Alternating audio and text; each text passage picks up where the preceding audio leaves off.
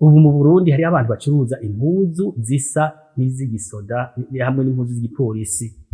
Rero bamwe usanga baguze impuzu zikoreshwa handi zitakoreshwa ngaha mu Burundi mugabo z'igisoda, ugasanga ziri muri zirya mpuzu zimwe bita friperie mu gifaransa.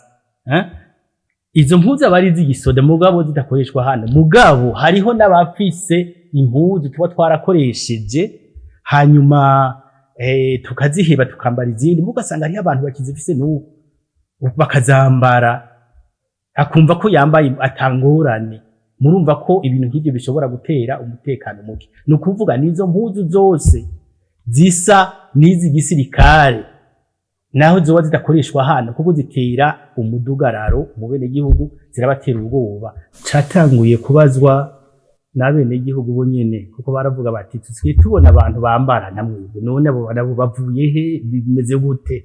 Kandi murazi ko muri kahise hari igihe byagiye bishika ugasanga hariho abantu biyadukije bambaye impuzu zo mu kindi gihugu, bambaye nk'abasirikare, ugasanga barakoze ibintu, ugasanga bariko bavuga bati abasirikare b'abarundi bakoze muhamba mu nyuma batoza, ugasanga sivyo.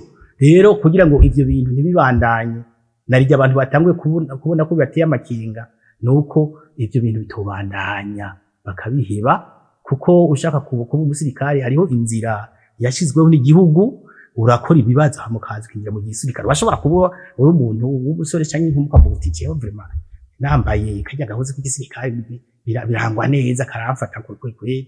Abo rero barafise aho baca hama bakinjira, mugabo ntiyagira umuntu wese yumva ashatse kwambara impuzu akaca agenda akaca yambara. Mwe mumva byo ari byo?